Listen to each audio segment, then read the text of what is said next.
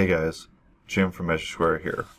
Welcome to part 13 of the Takeoff tutorials and the Getting Started series for MeasureSquare 8.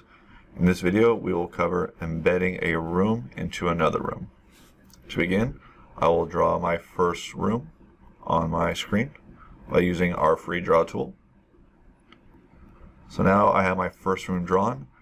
Now I'm going to draw our free floating room within the middle of this room.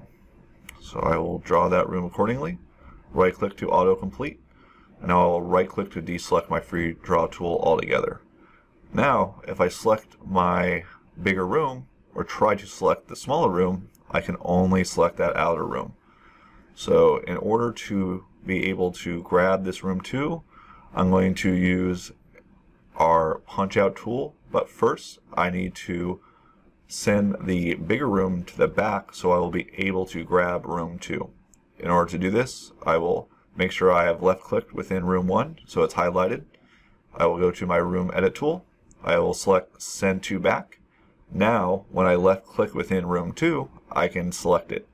And now I will go back to the room edit tool, go to the punch out tool, left click, and now this room 2 has been punched out into room 1. So now when I left click within room 1, you'll see the outer edge highlight of room 2 showing that this is now embedded. So if I select room 2, I can select that one as well. This will be useful for when I add an area product to room 1. It will not go under or into room 2.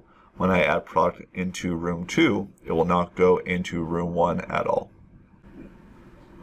In the next video, we will cover dividing a floor into separate regions.